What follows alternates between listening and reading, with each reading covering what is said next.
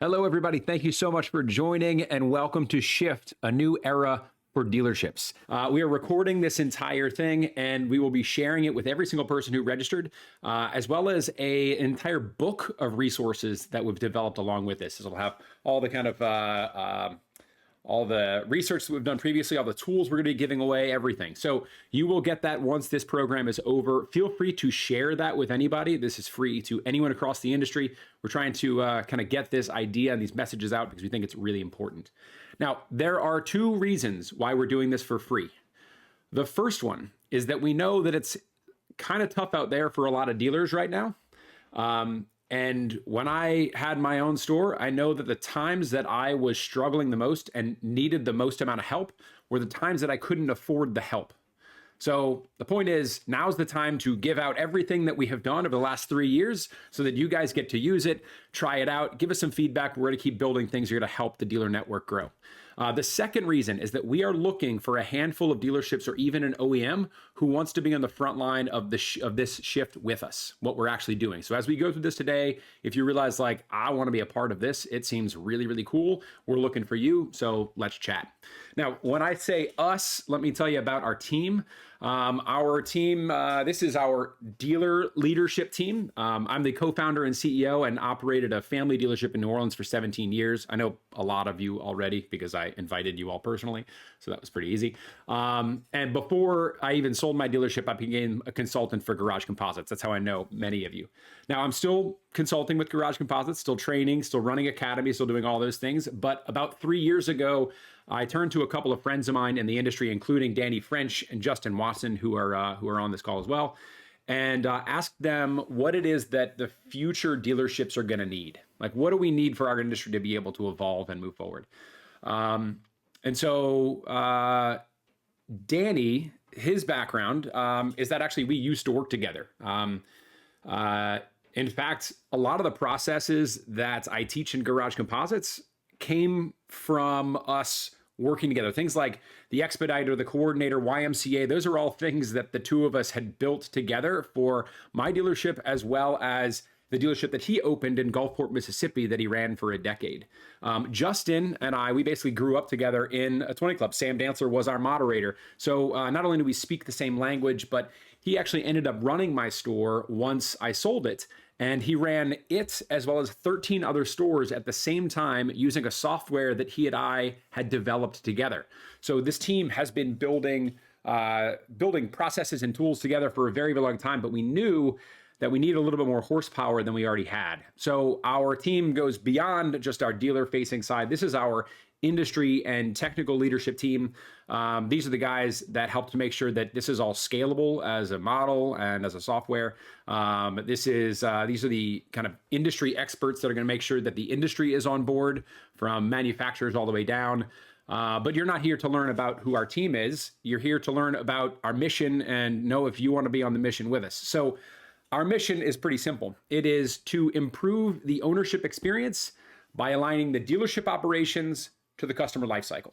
Now, you're going to understand more of what that actually means, but I want you to know for sure that we have built our entire business around this premise. This entire movement is around this idea, so much so we named it after it. So Ownex is all about the ownership experience and how we can improve that ownership experience.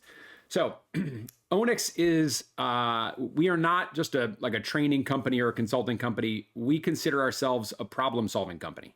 And the problem that we are solving is that 80% of customers in our industries do not return after the first annual service. So just by contrast, the average Lexus customer, so Lexus dealerships are known for being an incredible customer experience and they retain customers for a very long time. The average Lexus dealership, 80% of their customer base continue to return for at least 2 years after their purchase.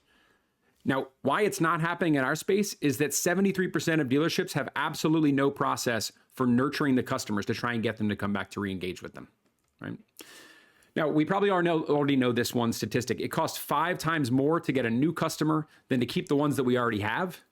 And that costs the average dealership right now $500,000 a year. And those $500,000 are highly profitable dollars. We're talking about fixed operations dollars where we've got plenty of margin in those. So if you are a dealer interested in improving that or picking up this extra 500 grand, how can we do it? So it's all about kind of creating the change. And this has been our focus of the last 3 years. What change do we need to create? And most importantly, how do we make that change stick over time?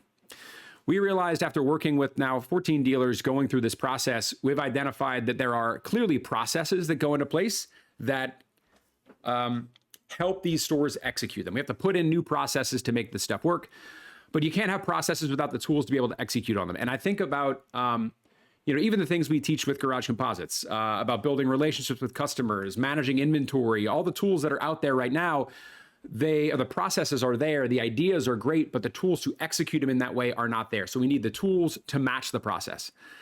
Most importantly, we also need the team bought in and interested in doing it. The behavior change needs to match the tools and the processes.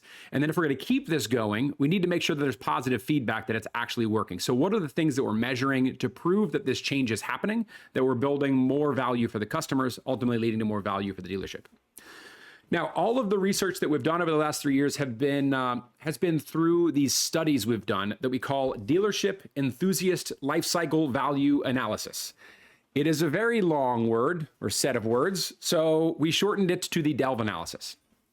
The DELV analysis that we do with dealerships consists of basically a 60-page report, lots of information in it, and it's broken out into 6 different areas. The first 3 are financials, inventory, and sales health. So we go through understanding the store and how healthy the operation is.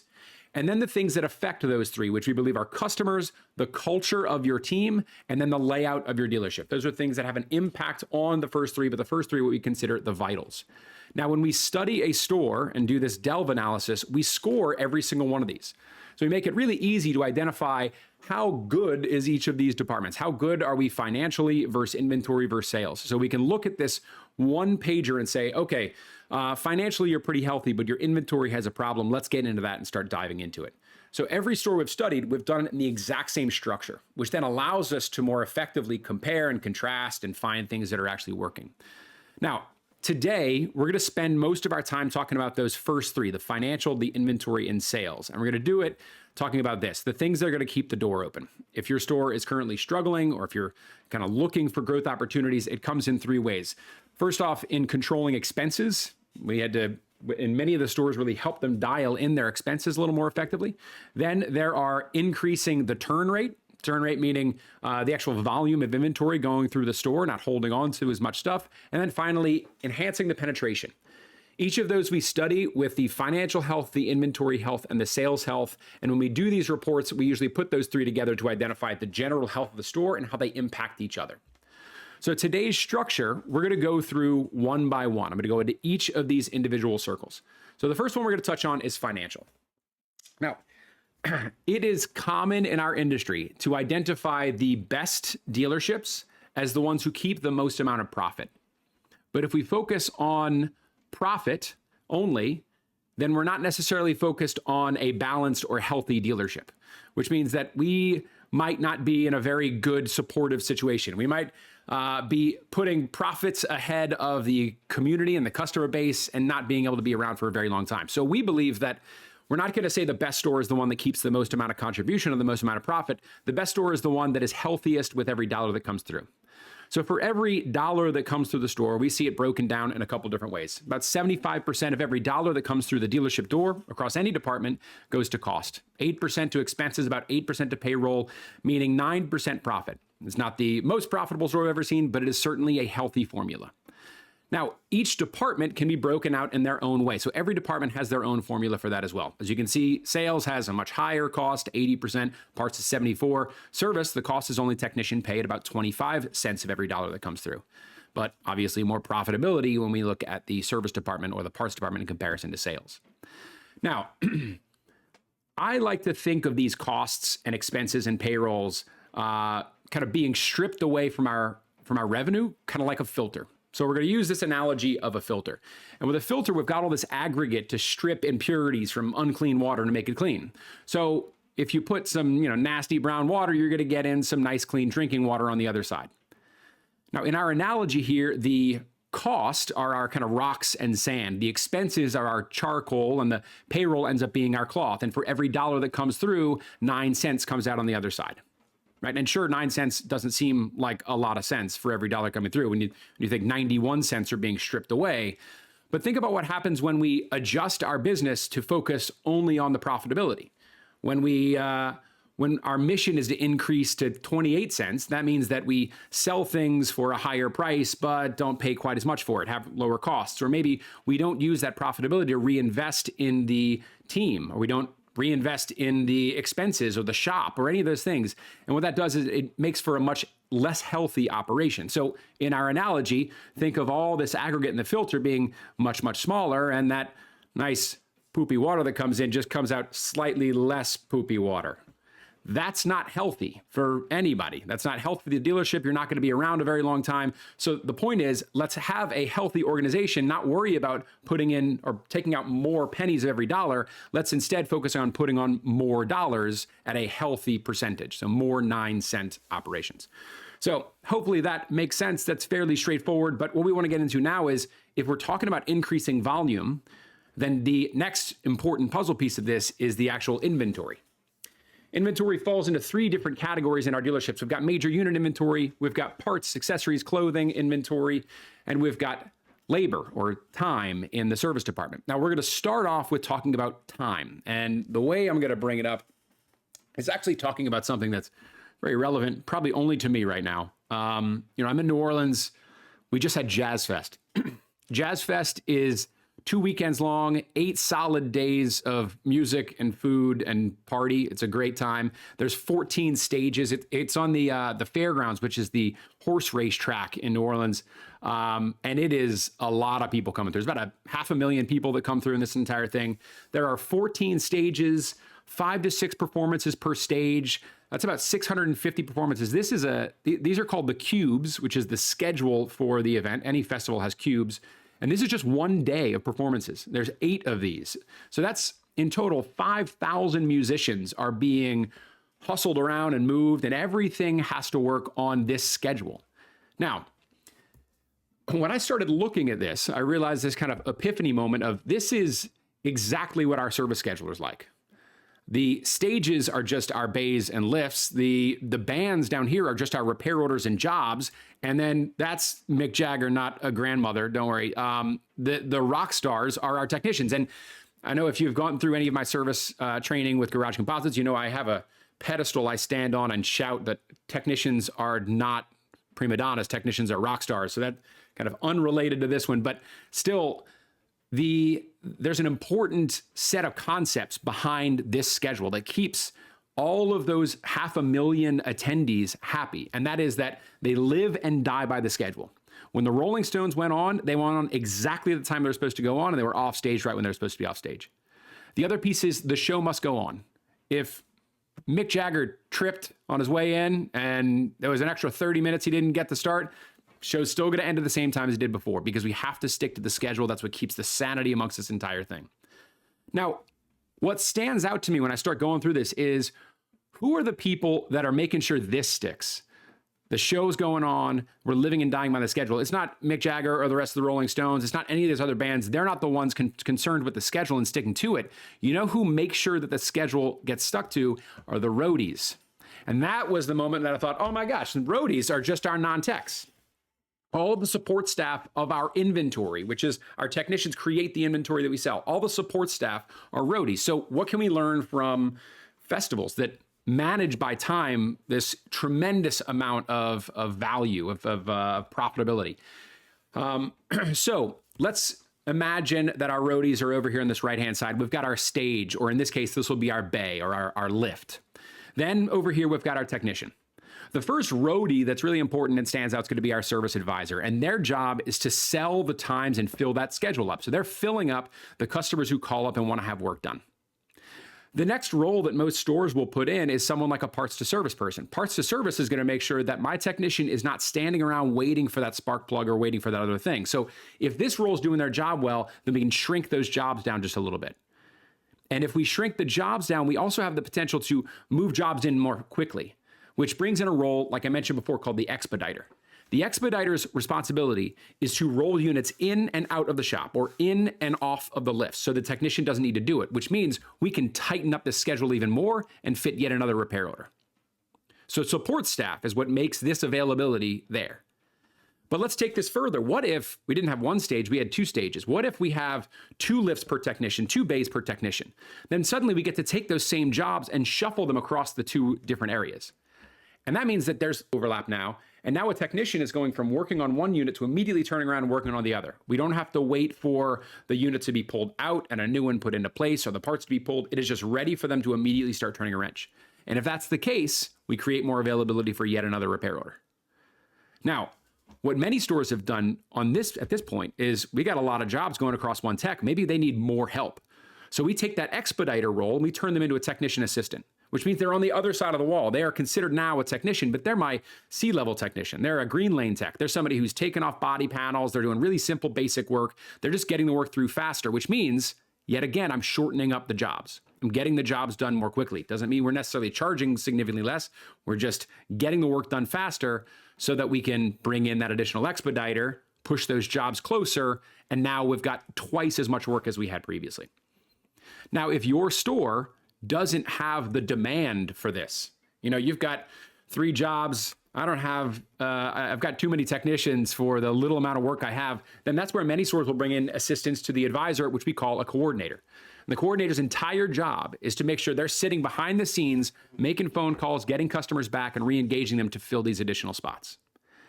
Now, if this idea, this concept of, maybe what I need is not more technicians, maybe what I need is not some other fancy thing, what I need is support staff so my technicians can do things more quickly, then here's the first tool we're giving away. We built a service staffing simulator. This is on our website. If you go to ownex.io, you can go into our resources. It's actually also going to be in the booklet that I sent to you afterwards, so you will get a link to this as well. This allows you to enter in information about your store, like your repair order count, how many ROs you had last month, your open RO count, hours billed. And it will take all that information and you can add or subtract roles across this department. And from there, identify the change it will make on your workload and the change it will make on your net profit. The 2 most important pieces when you're moving all these little areas around. So try it out, get some ideas flowing. If you want to talk about it more, reach out to us and we can kind of walk through what that might look like with you. But that's the first tool. There are many other tools we'll be sharing with you that are totally free for everybody in every department. So let's now look at another inventory area. We're going to look specifically at the parts department right now, because of the stores that we studied, about 20 to 40% of all of their parts inventory have been sitting on the shelves for at least a year without any sale, just collecting dust. They are overwhelmed with way, way, way too much parts inventory. And why I think it's important to sort out the parts inventory is that parts is the only department that actually ties up cash. The sales department is flooring the products. They're paying interest on it, but it's not paying for the entire boat, the entire motorcycle, the entire side-by-side. In the service department, our inventory is time, so we're not necessarily paying the technicians before they do the work. In parts, it's the only one where we take money and we exchange it for a crankshaft, and then we put the crankshaft on the shelf, and then hopefully we can use it for payroll later if you get paid in crankshafts. That's not really going to happen. So parts departments that don't turn their inventory are quite literally just burning money.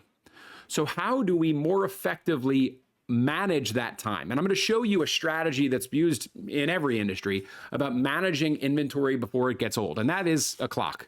You're going to see lots of clocks through all of our frameworks because we see it as, management of life cycles are incredibly valuable. And that includes management of the parts life cycles and major unit life cycles.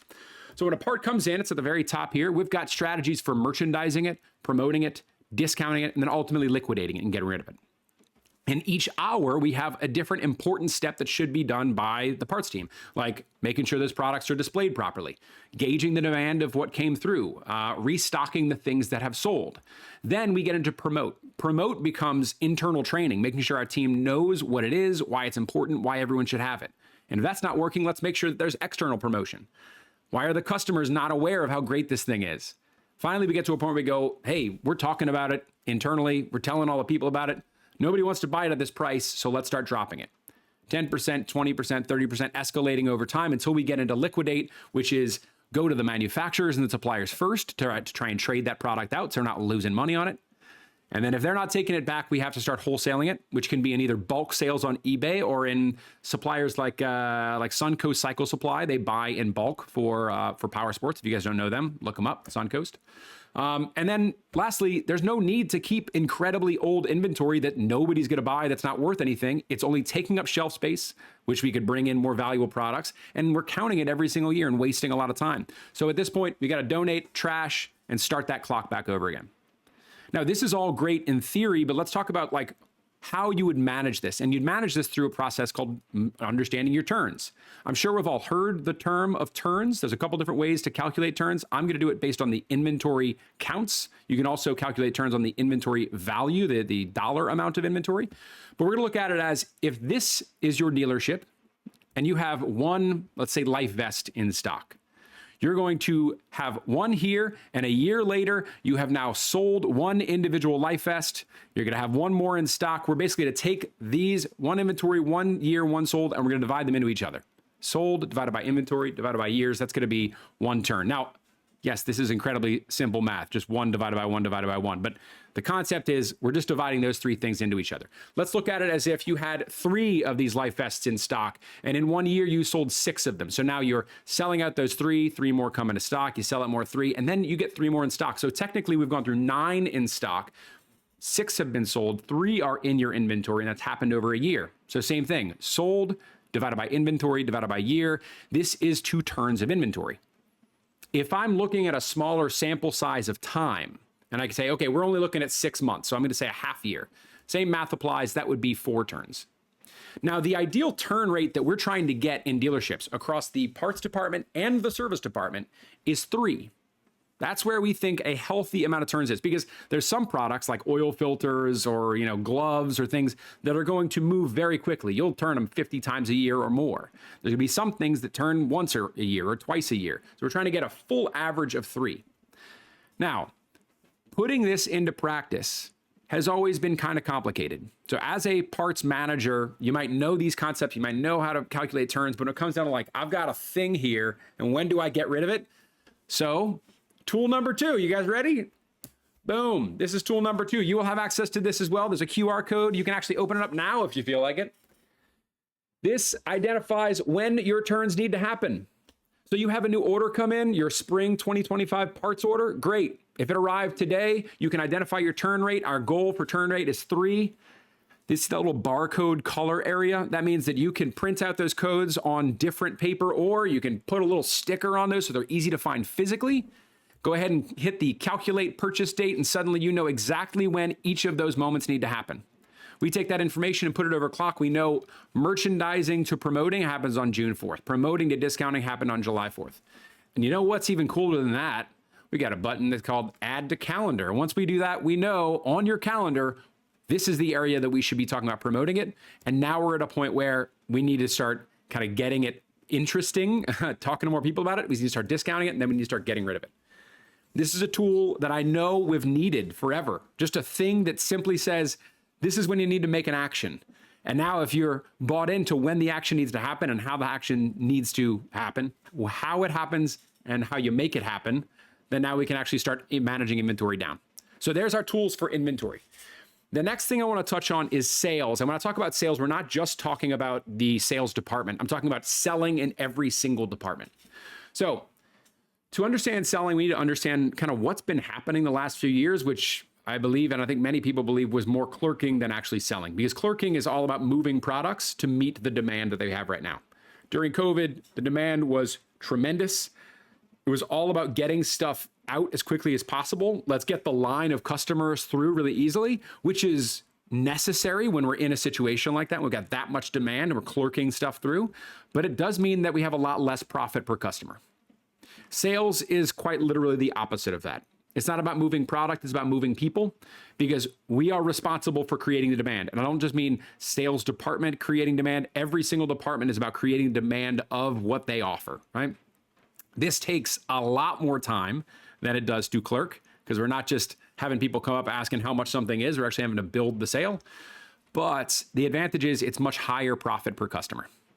So when we talk about sales, what I want to cover more of is this idea of profit per customer. I like to look at profit per customer in this way, as a sliding scale, this kind of ability to slide it from low profit to high profit, but it's never that easy. In reality, this sliding scale has hurdles we need to overcome, and really it takes effort just to maintain where we currently are. So if I'm going to increase the profit per customer, I've got a lot of effort to put in, and then I've got a hurdle, and then I've got more effort, and then a hurdle, and then more effort yet again. But if we do that, it makes a tremendous shift on the profitability of the dealership. So let's kind of zoom out a little further and show you this analogy. This is how the dealership operates. We've got an expense kind of weighing everything down on the left-hand side, and then on this side, we've got on the right side, we've got our customer base. Now, when we add in our customers, we balance off those expenses and we're making money. Maybe not a lot, but we're making money. What happened during COVID, though, was that we had way more customers than we could handle. And that means that our profit skyrocketed because our expenses didn't go up at the same rate. Now, of course, that stopped happening. Our demand went down and we went back to normal, but not regular normal. In fact, during COVID, our expenses went up even further, which then brought down our profitability. So we have the same amount of sales we were having before. We might have the same amount of people. We might have the same amount of customers coming through, but we're not making the same kind of money that we did previously because the expenses are too much. So we can't just simply cut weight because that would end really poorly for everybody. What we need to be able to do is figure out how to slide this scale over and start to increase that profitability for a customer. So to increase profitability per customer, to start moving this slide over, the first thing we need to understand is who are the customers. That's the first most important step. So let's get into who. And when we talk about who, this is actually kind of the foundational question that we started this entire 3-year journey with. It was, let's understand the dealerships, but more importantly, let's understand the customers. Who are the best customers and why they became the best customers? Who is the loyal customer? So to do that, it meant that we needed to take a lot of data from different places. And if you're unaware, the DMSs right now all store their data in basically 3 separate databases and 3 separate styles. So sales department, parts department, service department, it's not all in one big database. It makes it easy to sort. And that's because, service has repair orders, which has multiple different data sets than anything else. And sales has, major unit sales, which requires different information. And parts is a totally different beast as well. So what it required was taking all this very individual different data and organizing it all around the consumers. So that was step number 1, is let's organize around consumers. The second thing we had to figure out was, how do we start to measure and compare customers across different dealerships? So in other industries, there's this metric called customer lifetime value. And customer lifetime value is pretty basic. It's how much profit has a customer bought in for their lifetime. And that lifetime is normally a 10-year span. They're looking at 10 years of data. But none of our dealerships have 10 years of good, consistent data. And that's because they've either changed DMSs, they changed ownership, we just weren't taking good notes before. There's all sorts of reasons why it doesn't happen. So we had to figure out a different measuring stick.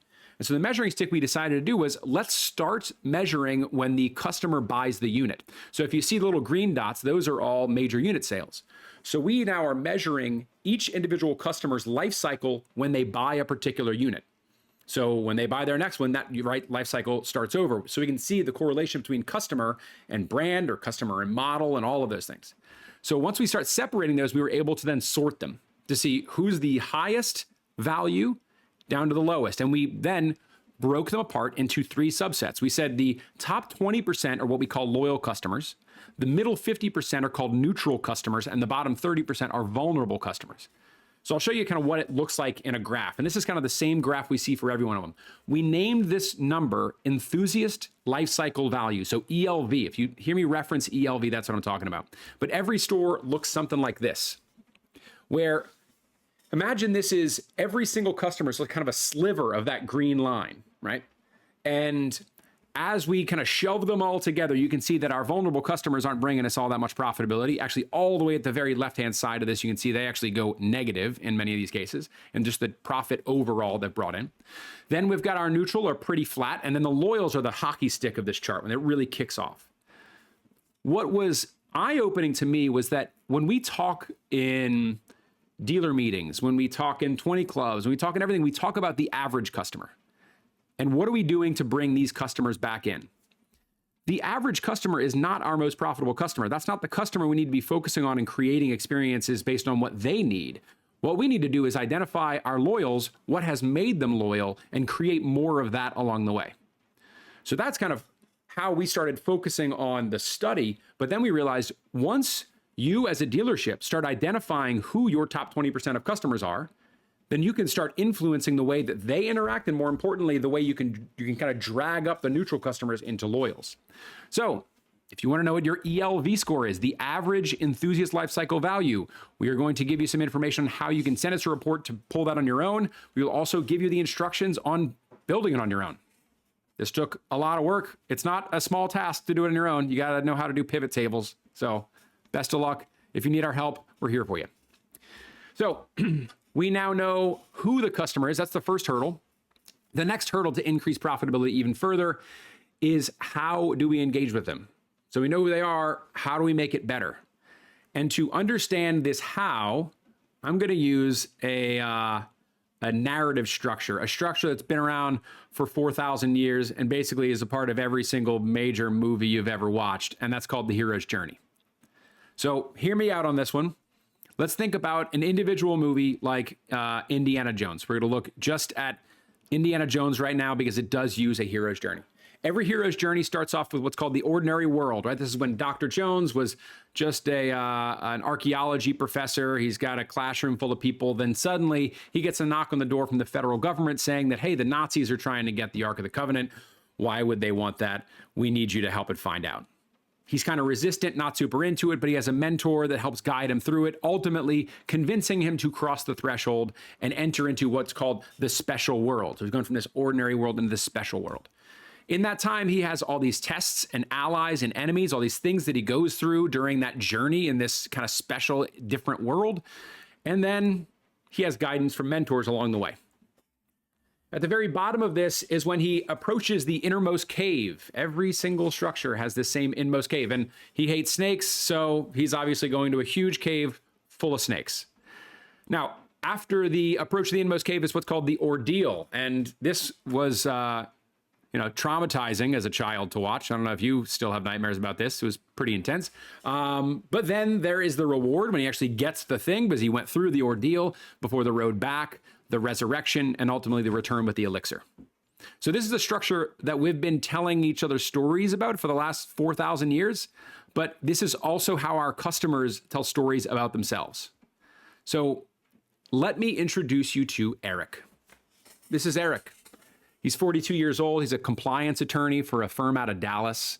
He works remotely in your town, though, because his wife left him, but she took the kids, and she's now, she moved up by her parents so they could help out, but he's still there so he can kind of share custody. You know this guy. You've probably met him before.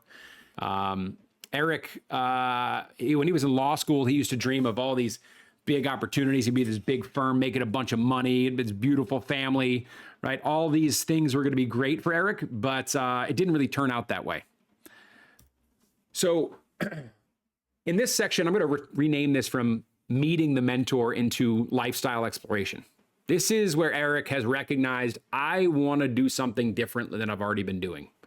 I'm not happy. This isn't good. What's the other thing that's going to help define me? This, I've said this many times, this is like the midlife crisis for many people. My dad included. My dad bought a Harley Davidson because, he didn't want to be around us at home anymore. So this is what happens. People are trying to find some identity outside of the things that they're already doing. And at some point they decide, this is the identity I'm going to be. Now, this could be buying motorcycles, being on two wheels in general. This could be buying a boat. This could be buying an RV. This is just entering into a lifestyle that is not ordinary to them. They didn't grow up doing this. They're trying to do something different and enter into a special world. Now, I'm going to rename this one the lifestyle commitment. They've decided, okay, you know what? I'm going to start figuring this thing out. This seems like the lifestyle I want to live. So the next thing I'm going to do, not test enemies and allies, I'm going to do product research. I'm going to figure out what information there is out there. What things do I like? How would I like to ride? What type of vehicles or motorcycle or whatever would I like to have? And then we have gathering guidance from mentor, which I'm going to change over to engaging with providers. Maybe that's taking an MSF course. Maybe that's renting a boat. Maybe that's, visiting dealership websites. Before we get into approach the inmost cave. Now, it might not be filled with snakes, but it is filled with salespeople. So entering into the dealership.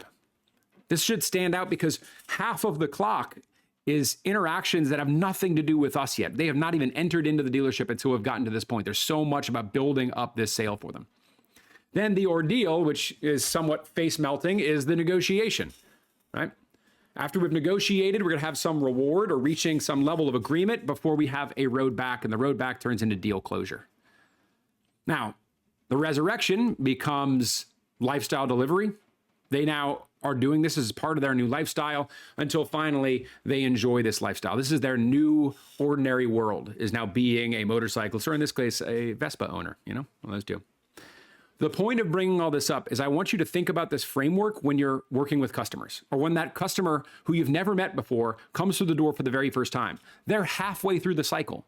You had no input on all the parts before that. But what could we do to start driving the input further along, or recognizing where they are in their mindset right now? So I think the important thing to consider in all of this is, what would Eric do? And I use clocks all the time for multiple reasons, but I love the ability to break them down in different ways and then kind of be able to think through processes because of them. So even in the hero's journey, they usually break it down from the top and the bottom. So the top is called the ordinary world, or what we would consider outside of the dealership, outside of the special world that we consider our dealership or our work, right? So they're not a part of it. They're going to decide if they want to enter into that, and then what happens when they're in it. But we can also divide it left and right. If we look at the right-hand side, that's really marketing. For us engaging with that customer, they're not physically inside of the dealership. We're not doing any sales. This is about convincing them to come show up so that we can get into the sales process with them and get them a new unit.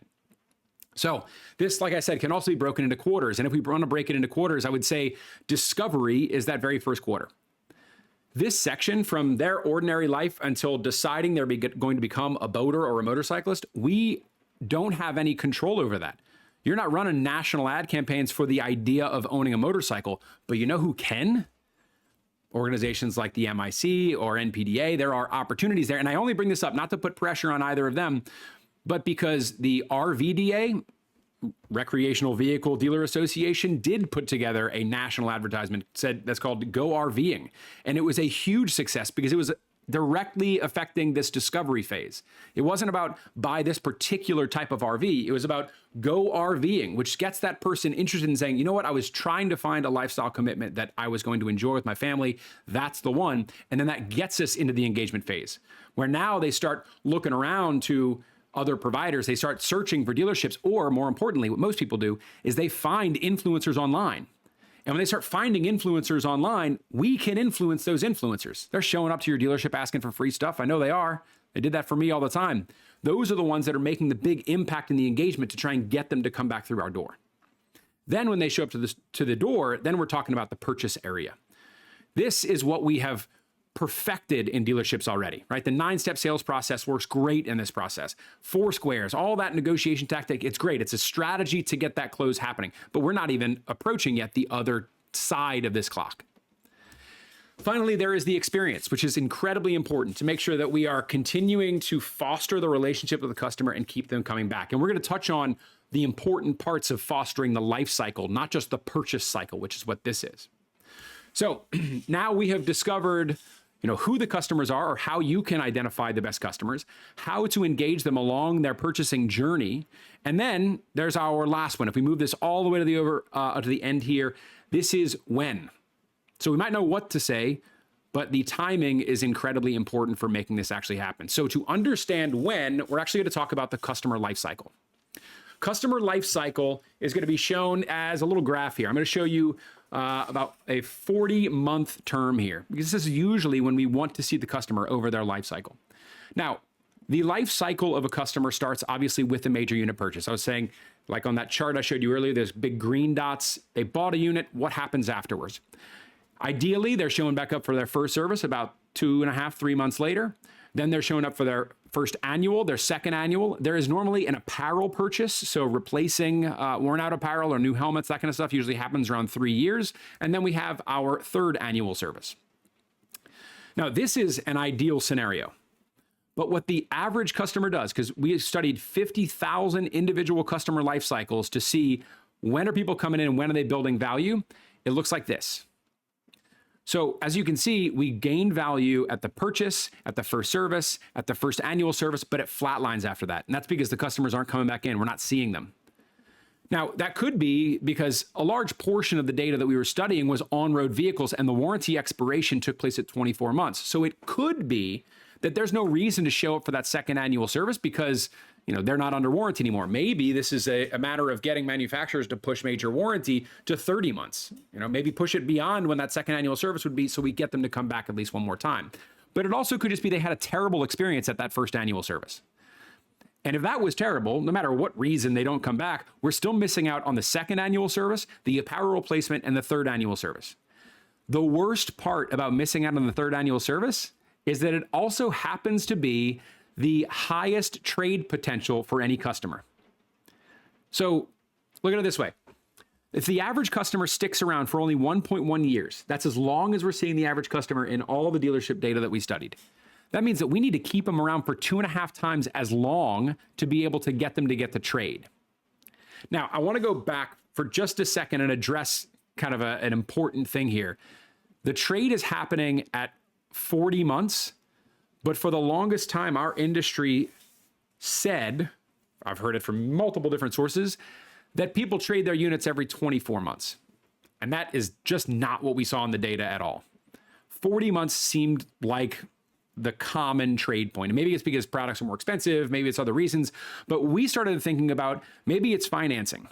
And so the majority of customers who financed major units in our data all did 5 years of financing, which is 60 months. So if we look at a 60-month chart and we overlay value and balance, right, you're going to see this in an F&I department, especially when you're looking at gap insurance, where you say, okay, your balance is here, your value is below that because, it depreciates about 14% when you buy and 7%, then 5%. We're going to have that red gap, that's your negative equity. On the right-hand side, that green gap, that's positive equity. We use that to sell gap insurance, but also if we use that same chart and overlay when trades are happening, it starts to show us why would people trade at this point? Because this little area, that's how much equity they have, which happens to be about 20% of the original purchase price. And it turns out if you took that original 20% and you move that down as a down payment, so you traded the unit in, applied the 20% as their down payment, and you kept their monthly payment exactly the same, you could finance a brand new unit and start this cycle all over again. This is our it was like the Chachapoyan fertility idol. That's a Indiana Jones reference as well. That's the gold thing with the boulder. So this is what we're trying to get to. To get there, we need to figure out how to make this line do this. We need to get them to continue to come back for the annual services, apparel replacement, vehicle trade. And you know what? We don't have to make this stuff up. This is what the loyal customers do. We already have this exact loyal customer already doing it. This is, again, what we call the neutral customers, and your vulnerable customers on this chart look something like this. They're down at the very bottom. The difference in value between these is humongous. Your loyals are making 2.5 times as much profitability as anybody else in the entire store. So how do we make more of those loyals? So like I said before, with the parts thing, we had this great clock, but how do you actually do it in reality? This is great in theory. How do you do it in reality? And so to do it in reality, guess what I turned it into? I bet you can guess. That's right, it's a clock. Really like clocks. If we take this clock, we put on all those important key features, 40 months of this entire clock and the first service, annual service, all those pieces, we can break them into quarters, just like I did in the other ones. Same thing, discovery phase. Somebody just bought their unit, be it a boat, a motorcycle, side-by-side. They don't know what it's about. They haven't even had it for an entire year. It's the first 10 months. They're still nervous every time they pull up to a red light. This is a sensitive time for a new owner, and we can consider that when we engage with them. Then we can go into engagement. Engagement is when they are now using it, they're coming more often, they're getting more comfortable until they ultimately become mature with it. They've had it for 2 years at this point. They're used to it, they know how it works, they know its quirks, and then finally they get to a point where they go, I might want a new one, and we end up in evolution. So discovery, engagement, maturity, and evolution. And if we think of the quarters that way, then we can start better identifying what little engagements can we create to keep the conversation going. Because what we're not doing, we don't want to do, is go cold and be forgotten. So we need to have reasons to re-engage, purposeful reasons to re-engage them. So obviously, first service is the first time they come in, we got to give them a great experience, because this is about the kind of the first impression of ownership. But after that, this next discovery phase, this is a perfect time for your parts department to call that customer and talk about accessory options. Think about the person who bought a motorcycle in the summer. It's 6 months later now. It's the winter. They probably don't have all the gear they need. They need jacket. They need heated grips. They need a windshield, right? It's a boat that bought in the summer. It's wintertime. They got to winterize it. They got to learn about shrink wrap. They got to do all these things. That's what we're calling them about. So there's a reason to call them, and there's an engagement. At 10 months, this is a great time to talk about the priority maintenance. If they didn't already buy their priority maintenance, we're about to come up for the annual service. Hey, by the way, it's going to be about this much. You can get it for this rate. It's a touch not from the sales department, not from the parts department, not from the service department. This is coming from F&I. So we're starting to integrate different departments. So every department has to be a part of the re-engagement of the customer. After that, we go into our annual service. And remember, this is when we normally lose customers. So we have to make sure we give them a phenomenal experience so they're willing to come back. So give them a great experience, make sure they had a great experience. Anything they denied, they didn't want to do, let's follow back up with them, make them feel comfortable about coming to us. At 20 months is a point where they're about to have a warranty expire, at least in on-road stuff. We're talking about extended service contract calls. Again, this is a re-engagement from the F&I department. Last time they talked to them was at priority maintenance at 10 months. Time before that was when they bought the unit at the top of the clock. Now, this side of the clock is easy because the customer is still under warranty. The customer is, kind of required to re-engage with us for these things. And even from our perspective, from a dealer perspective, it makes sense to continue to engage with somebody 2 years after they bought. But this side is way, way, way harder. This side requires you to think about somebody who hasn't been here for 3 years and just touch base with them. So how do we make sure that we re-engage a customer in a phase that, remember, on this side is maturity? And I think by that point, they already know what's going on. They're getting comfortable with stuff. So this is not about selling anything. This engagement is about personal invitation. This is about a connection. They wanted to become a motorcyclist. They wanted to become a boater. Wouldn't it be great to get a call from a boater and say, hey, do you want to come out to this boat thing we're doing? Or, hey, do you want to come out to this group ride we're doing? This is where our sales departments call that person. Don't try to sell them a thing. They just try to make sure they still feel comfortable with this. That keeps the clock going so we can get them back for that second annual service. Then we have our service follow-up, just like we did previously, make sure we've got everything they need. At this point, I like seeing this as a sales warm-up. We've begun the evolution phase. We know that this customer, if they're going to trade, we're getting close. We're at 1,000 days right now at this point. So, you know what I haven't shown you guys in a while? Another tool. So check this one out. This one's really exciting. In this tool, you can look through all the units that are currently in your service department. You can go through your customers who bought, 3 years ago or 30 months ago, and you can go through one by one and identify when they bought the unit, how much they bought the unit for, the interest rate and the loan.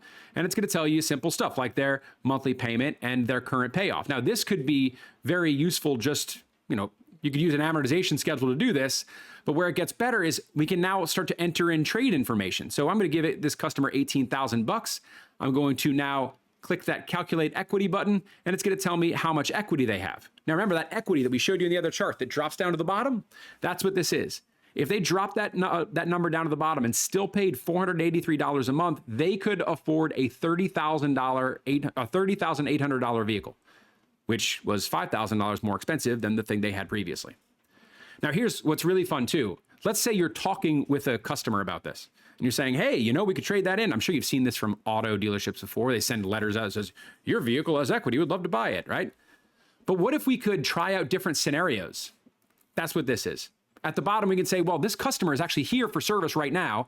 Their service bill is $2,000. How about we talk to that customer about not spending $2,000 on a service bill? Instead, put that $2,000 down. And what can they afford now? Maybe when they bought before, the interest rates were really low. We can't get a 6% for them anymore. We'd have to be 10%. This is what they can afford. But they're okay with extending their term. They don't want to do 60 months. Let's push it to 72. Now they can afford this product. This is about being able to actively work with your customer, be the advisor of buying a new unit or getting the new one, so that you have the tools at your disposal to make those really quick conversations to drive it to the next step, to actually making the sale happen. So you guys will have access to this tool. Use it. Tell me how you like it. Tell me what you think of it. Let's go back over to the clock. There's the apparel replacement is the next one. Again, re-engagement from our parts, accessories, and clothing department. A great time to do that. And then that brings us all the way back to our new major unit purchase. Now here is where kind of putting this in action becomes a little more complicated, because you got to think this clock is one individual person, and your database has thousands of people, and every single one of those people is at a different phase in their life cycle. So I want to talk about how we currently message to people. So remember, like, you need to know who they are, how we're going to engage, and when to engage with them. We need to know when it's important for each person individually. But right now, what we do is we blanket advertising. And so I want you to think about, if you ran an ad, or if I went to any of your websites right now, you're probably running a similar ad to this: 0% APR for 36 months. That's a really common one that I see on every person's website. There's only so many times we're going to get the ear of our customer, and this is what we decide to share with every single one of them. But if you think about the customer base, very few of them are actually in the life cycle phase where this applies at all. So most of your audience, it just falls on deaf ears. That, those 5 interactions you get to try and sell them something, you just wasted one of them. And then if you think about the people who are in those life cycle phases, and you apply the idea of Enthusiast Lifecycle Value, who are loyal, neutral, or vulnerable, a couple of them aren't even going to come back. So this is who you're making this one message for. You've got this blanketed message that applies to a tiny portion of your customer base.